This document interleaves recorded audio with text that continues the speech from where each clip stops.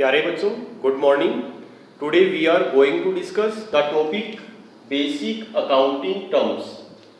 बच्चों, first chapter over हो चुका है, that is meaning and objectives of accounting. This is next chapter and बच्चों this is very very important chapter, क्योंकि अगर इस चैप्टर का फ्रंट पेज देखोगे बुक में तो फ्रंट पेज पे पूरी एक लिस्ट बनी हुई है। वो सारी की सारी क्या है? Basic accounting terms. बच्चों, हर सब्जेक्ट की अपनी अपनी टर्म्स होती हैं। फिजिक्स की अलग है, केमिस्ट्री की अलग है, मैथमेटिक्स की अलग है। हम जो अकाउंटेंसी सब्जेक्ट पढ़ रहे हैं इसकी भी अपनी कुछ बेसिक टर्म्स हैं जिनकी नॉलेज हर बच्चे को होनी चाहिए अगर वो अकाउंटेंसी पढ़ना चाहता है तो।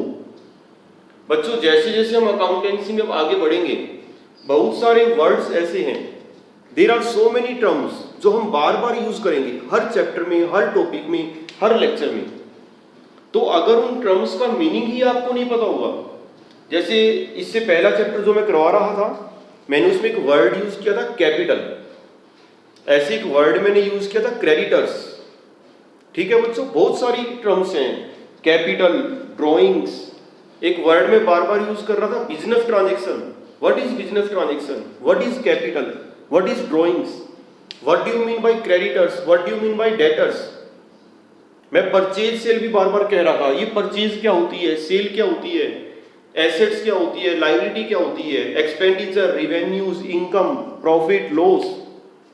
तो कहने का मतलब है there are so many basic accounting terms और हर एक का मीनिंग आपको पता होना चाहिए, ताकि बच्चों जब आगे हम अकाउंटेंसी पढ़े, न्यूमेरिकल पोर्शन स्टार्ट करें तो उन टर्म्स का मीनिंग आपको क्लियर हो, ताकि आपको फिर आगे पढ़ने में दिक्कत ना आए। तो लेट्स स्टार्ट। बी केयरफुल, हर एक का मीनिंग आपने ध्यान से सुनना है। बच्चों, इससे पहले चैप्टर में मैंने फाइनल अकाउंट्स का जिक्र किया था, फाइनेंशियल स्टेटमेंट्स या final accounts, whatever you call it, एक ही बात है। These are prepared at the end of the year. तो टोटल 3 कंपोनेंट्स मैंने बताए थे, trading account, profit and loss account and third is balance sheet. चलो बैलेंस शीट की बात मैं कर रहा हूं। बच्चों, ये बैलेंस शीट है। वैसे तो इस चैप्टर का नंबर बहुत लास्ट में जाकर आएगा, फाइनल अकाउंट्स। थोड़ा ब्रीफ में आपको बता रहा हूं, जब हम किसी कंपनी की, किसी फर्म की बैलेंस शीट देखते हैं तो उसमें 2 साइड्स होती हैं।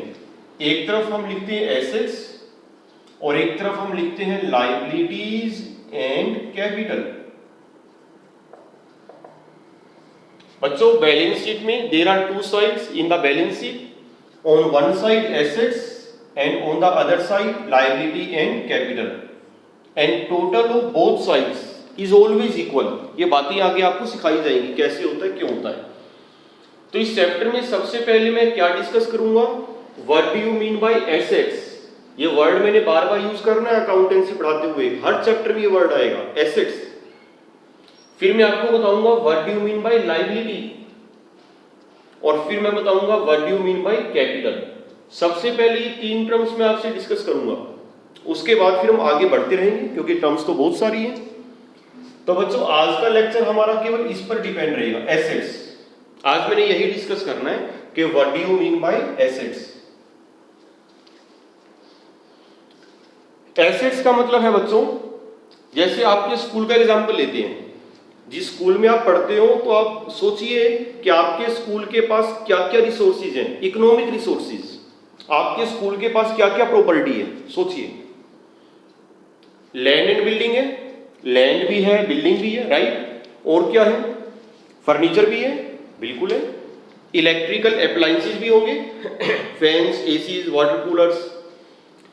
तो लैंड एंड बिल्डिंग है, फर्नीचर है, इलेक्ट्रिकल अप्लायंसेस है, कंप्यूटर्स भी होंगे, राइट। लाइब्रेरी के अंदर बुक्स भी होंगी, ट्रांसपोर्ट की बसेस भी हैं, कैश बैलेंस भी होगा, बैंक बैलेंस भी होगा। तो बच्चों, आपके स्कूल के पास जो जो ये प्रॉपर्टीज हैं ये सारी की सारी आपकी स्कूल की क्या है? एसेट्स। These are assets. ऐसे ही अगर आपके पेरेंट्स बिजनेस करते हैं तो सोचिए कि जो आपका बिजनेस है, आपकी फैक्ट्री है, आपकी दुकान है, तो पापा के पास जो बिजनेस वो कर रहे हैं, दुकान पे क्या क्या है? उनके पास लैंड एंड बिल्डिंग होगी, फर्नीचर भी होगा कस्टमर्स के बैठने के लिए, मोटर व्हीकल भी हो सकता है, स्टॉक माल भी पाएगा दुकान में, कैश बैलेंस भी होगा, बैंक बैलेंस भी होगा। तो ये सारी की सारी बिजनेस की एसेट्स हैं। समझ रहे हो बच्चों, इनको क्या कहते हैं, एसेट्स। अब इसका मीनिंग क्या होगा, देखिए मैंने बोर्ड पर लिखा है, assets are the properties, assets are the properties owned by a business. किसी बिजनेस के पास जो जो प्रॉपर्टी है वो सारी की सारी उसकी एसेट्स है। They are the economic resources of the business, they are the economic resources of the business. Economic resources समझ रहे हो, whose value can be expressed in terms of money।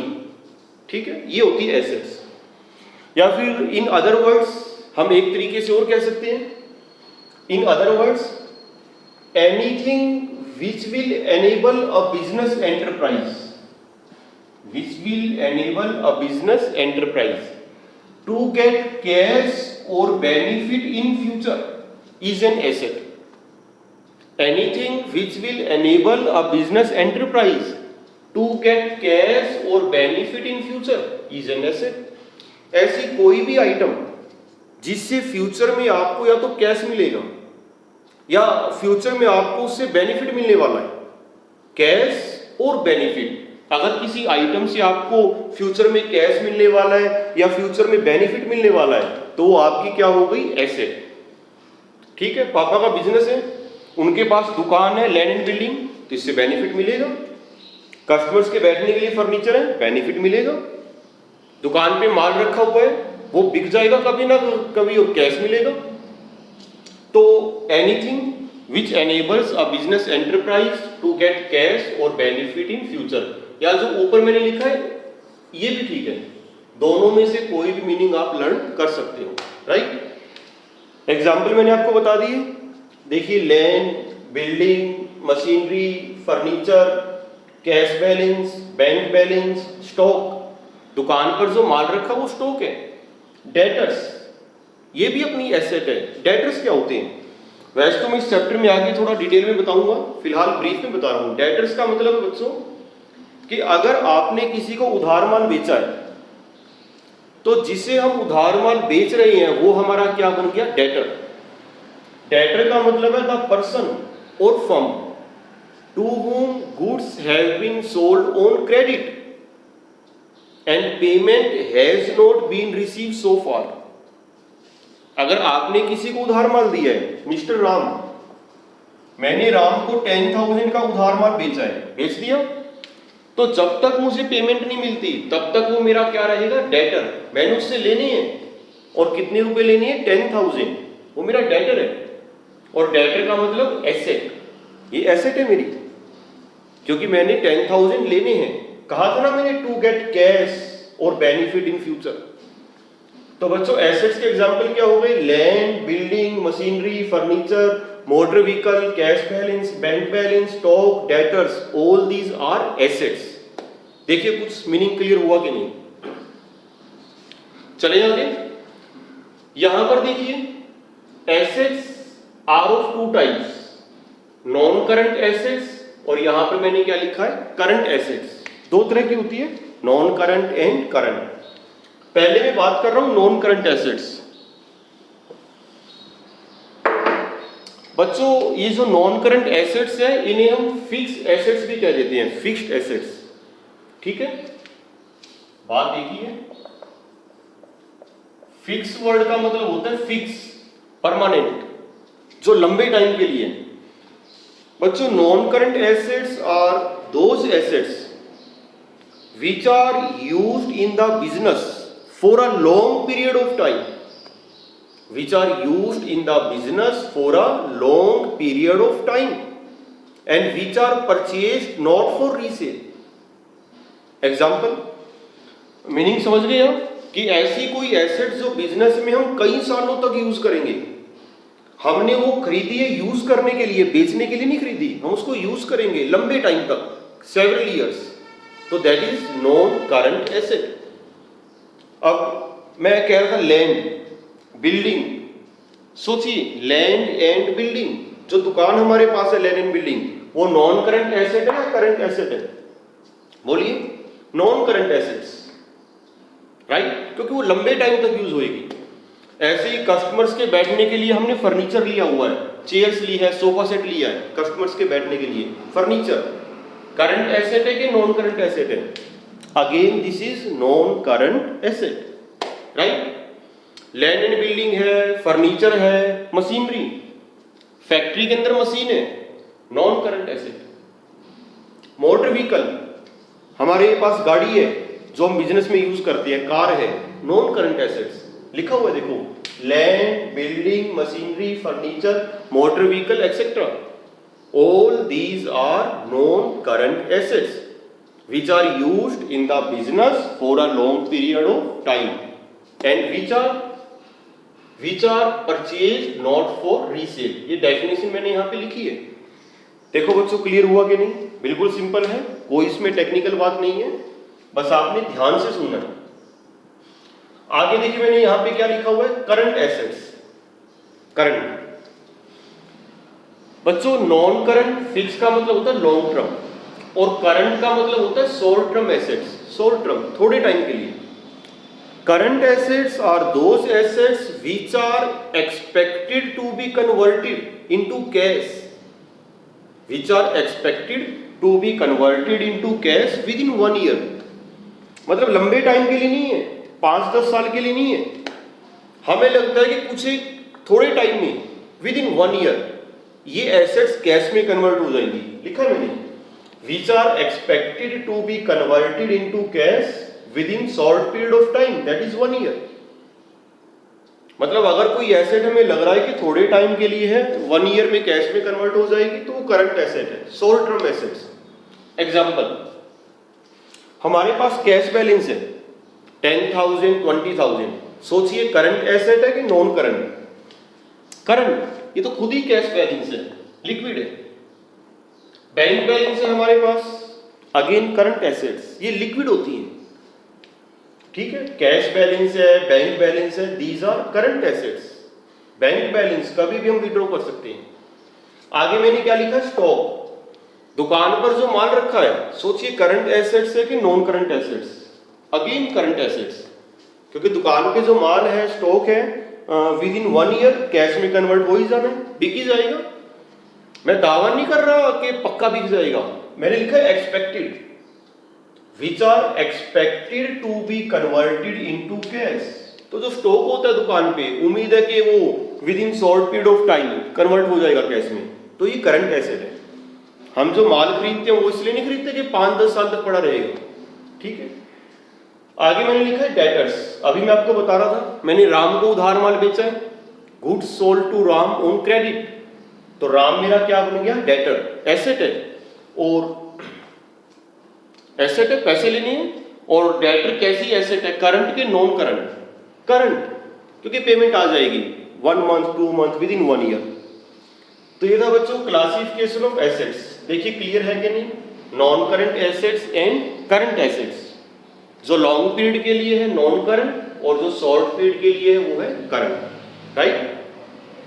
आगे देखिए, these non current assets further can be divided into 2 categories. इसकी भी आगे 2 categories हैं, tangible and intangible. Tangible assets and intangible assets. बच्चों पहले मैं बात कर रहा हूं टेंजिबल एसेट्स। टेंजिबल नाम से क्लियर है, tangible assets are those assets which can be seen or which can be touched, जिसे हम देख सकते हैं, टच कर सकते हैं, वो टेंजिबल एसेट है। which have physical existence। और इंटेंजिबल एसेट्स क्या होगी, which can not be seen, which can not be touched, जिसे ना हम देख सकते हैं ना टच कर सकते हैं। which don't have physical existence, which don't have physical existence, जो दिखाई नहीं देती। तो जिसे हम देख सकते हैं, टच कर सकते हैं, टेंजिबल, और जो दिखाई नहीं देती उसको हम क्या कहते हैं, इनटेंजिबल, ठीक है? अब बात आती है एग्जांपल्स।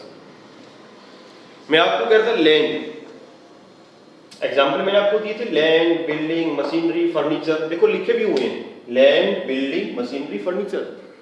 बच्चों सोचिए, जो एग्जांपल मैंने आपको बताए थे, वो एग्जाम्पल टेंजिबल में जाएंगे या इनटेंजिबल में? वो सारे एग्जाम्पल मैंने आपको टेंजिबल के बताए थे।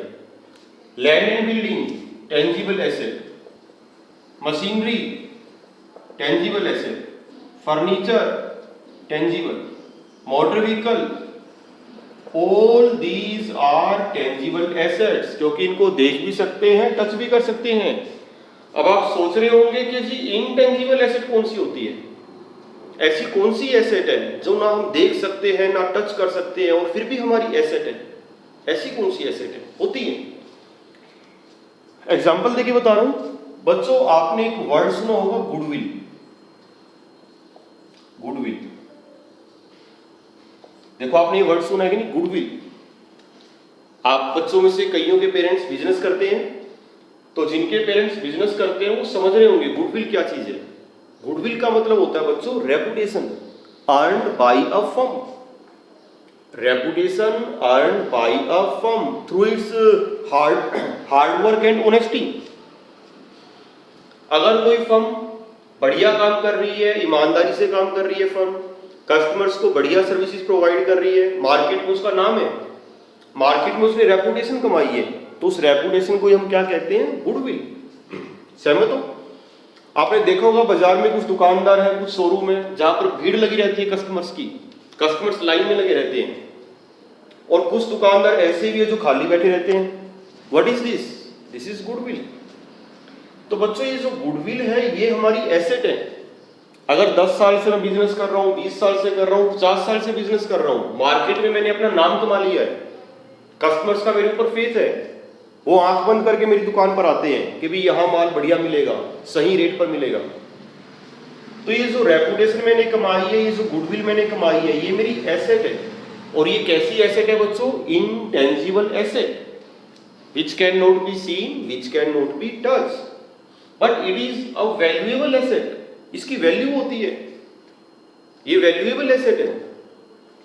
अगर वैसे बच्चों इतना डीपली जाने की जरूरत नहीं है, क्योंकि गुडविल के बारे में डिटेल में हम प्लस 2 में पढ़ेंगे।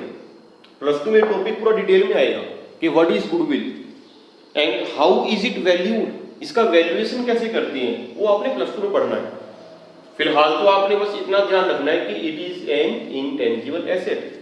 वैल्यू के बारे में थोड़ा बता रहा हूं, मैं कह रहा हूं कि it is a valuable asset.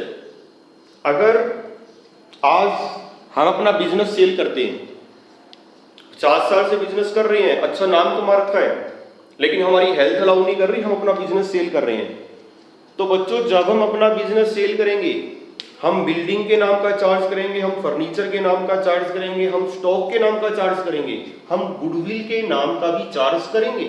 It is a valuable asset, right? ऐसे ही पेटेंट्स, आपने वर्ड सुना होगा पेटेंट, कॉपीराइट, ये वर्ड आपने सुने होंगे। ये पेटेंट क्या होता है बच्चों? पेटेंट का मतलब है कि मान लीजिए मेरी कोई कंपनी है और कंपनीज में ना एक डिपार्टमेंट होता है R&D, research and development. Companies क्या करती है? रिसर्च करती रहती है, इनोवेशन करती रहती है, नई नई इन्वेंशन करती रहती है। जैसे आपने मोबाइल इंडस्ट्री में देखा होगा कि हर रोज मार्केट में नए नए मोबाइल आते हैं, और हर नया मोबाइल जो लॉन्च होता है उसमें कोई ना कोई नई फीचर होती है, लेटेस्ट। ऐसी ऑटोमोबाइल इंडस्ट्री, हर रोज नई नई गाड़ी आती है लेटेस्ट फीचर्स के साथ।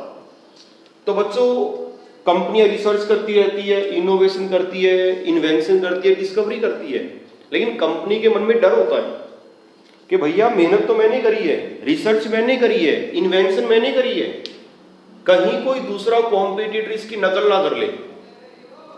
समझ रहे हो बच्चों? एफर्ट्स हमने करे, मेहनत हमने करी, इन्वेंटर हमें, कोई दूसरा कॉम्पिटिटर उसकी कॉपी ना कर ले, नकल ना कर ले।